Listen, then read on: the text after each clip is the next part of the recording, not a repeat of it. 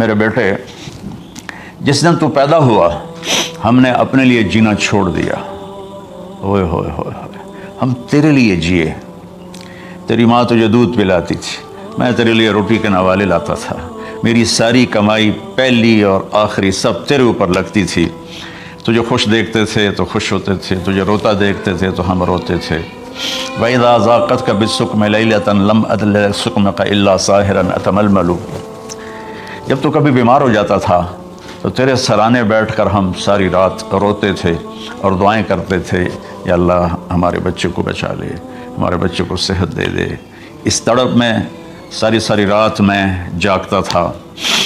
تیرے لیے میں نے اپنا سب کچھ لگا دیا, اپنے لیے جینا چھوڑ دیا, اپنی خواہشات کو دبایا, تیری ہر خواہش کو پورا کیا. تجھے مسکرانے کے لیے, تجھے ہنسانے کے لیے میں دھکے دھوڑے کھاتا رہا. کبھی گرمی لو کی جھلسا دینے والی ریت اور کبھی سرد ہوا کے تھپیڑے, لیکن میں ان دونوں سے گزرتا ہوا تجھے پالنے کی خاطر اپنے آپ کو کھپاتا رہا. فلما بلغت السن والغایۃ التی الیہا مدی ما فیک کنت اؤمل. بیٹا میں نے اپنے ہڈیوں کا رس بھی تیرے اندر ڈال دیا. صرف کمائی نہیں, میں نے اپنے ہڈیوں کا رس تیرے اندر ڈالا. میں نے جو کچھ تھا تیرے اوپر قربان کیا. تجھے مسکراتا دیکھ کر میں اپنے غم بھولتا تھا, تجھے ہنستا دیکھ کر مجھے دکھ بھول جاتے تھے. اور پھر آہستہ آہستہ آہستہ میری ہڈیوں کا گودا, میری کمائی تیرے اندر گئی اور تو ایک خوبصورت درخت کی طرح بڑھتا چلا گیا, بڑھتا چلا گیا, بڑھتا چلا گیا, بڑھتا چلا گیا.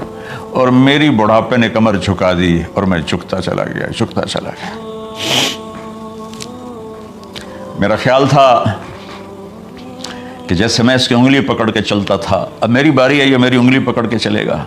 جیسے میں اسے سینے سے لگاتا تھا, پیار کرتا تھا, جھولے جھلاتا تھا, باغ میں لے جاتا تھا. یہ ساری اس کی تعبیرات کے اندر داخل ہیں, الفاظ میں نہیں ہیں.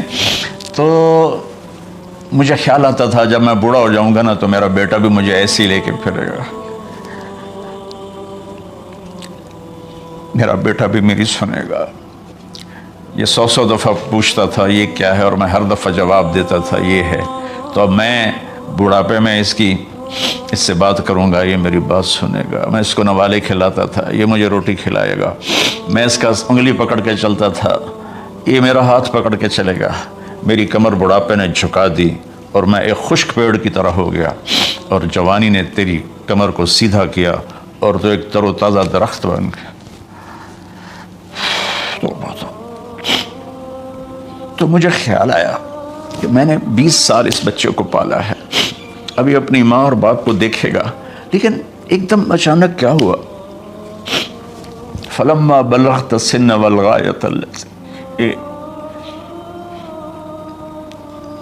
الیہا مدی ما فیک کنت اؤمل.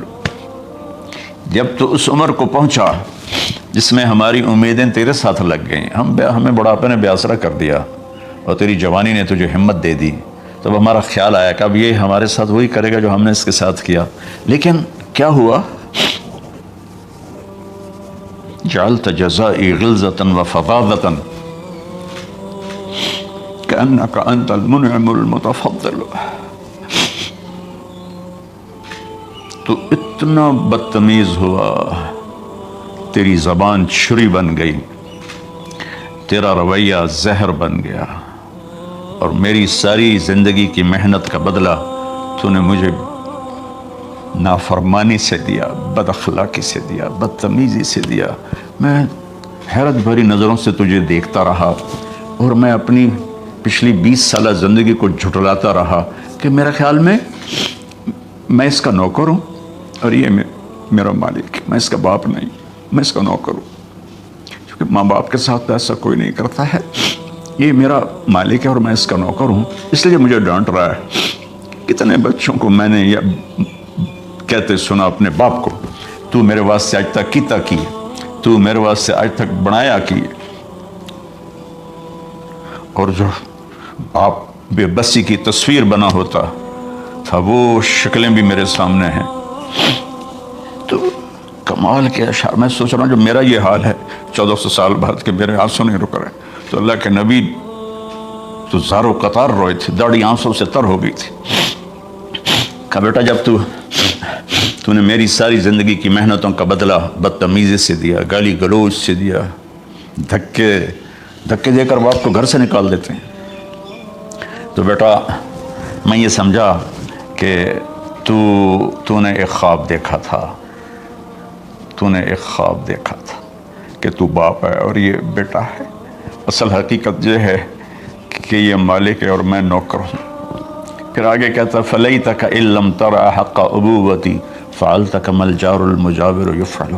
اچھا چلو بیٹا تو نے مجھے باپ تو نہ سمجھا، چلو ایک پڑوسی سمجھ لو. عرب میں پڑوسی کا بہت خیال کیا جاتا تھا، اور یہ عرب کی شان تھی کہ اپنے پڑوسی کو وہ عزت دیتے تھے جو اپنے گھر میں ایک دوسرے کو عزت دیتے تھے.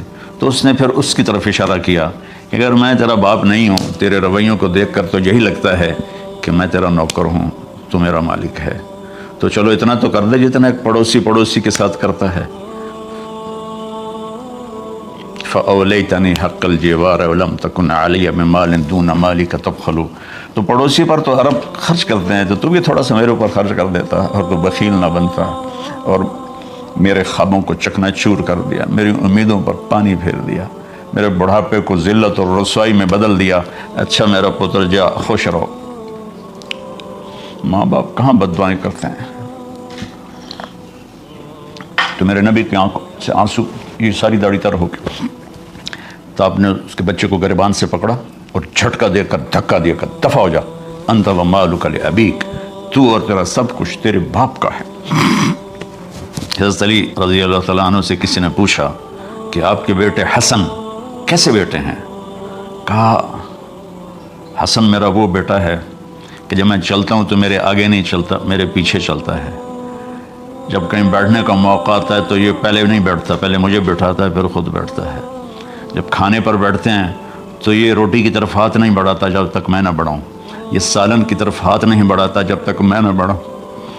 میں کمرے میں ہوں تو یہ چھت پہ نہیں چڑھتا کہ میرے باپ کی بے ادبی ہو جائے گی. میں حالانکہ چھت پہ چڑھنا ضرورت کے لیے ہوتا ہے، لیکن قربان جائیں اہل بیت کے ایسے ہی اخلاق ہوتے ہیں، آل رسول ایسے ہی ہوتے ہیں.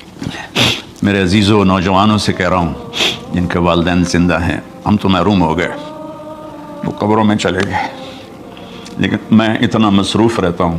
اب یہ کرونا کی وجہ سے گھر میں بیٹھے ہوئے ہیں، یعنی میری زندگی ایسے پہیے کی طرح گھومی ہے، اور پھر دل کی تکلیف، پھر اس کے ساتھ سر کا درد شدید. اس کے باوجود میں روزانہ 10 نفل اپنے باپ کے لیے پڑھتا ہوں، 10 نفل اپنی ماں کے لیے پڑھتا ہوں، اور 4 نفل اپنے خالہ کے لیے پڑھتا ہوں کہ ساری زندگی سجدوں میں سر رکھ کے اس کا ثواب ماں باپ کو پہنچاؤں. تو ماں باپ کا حق ادا نہیں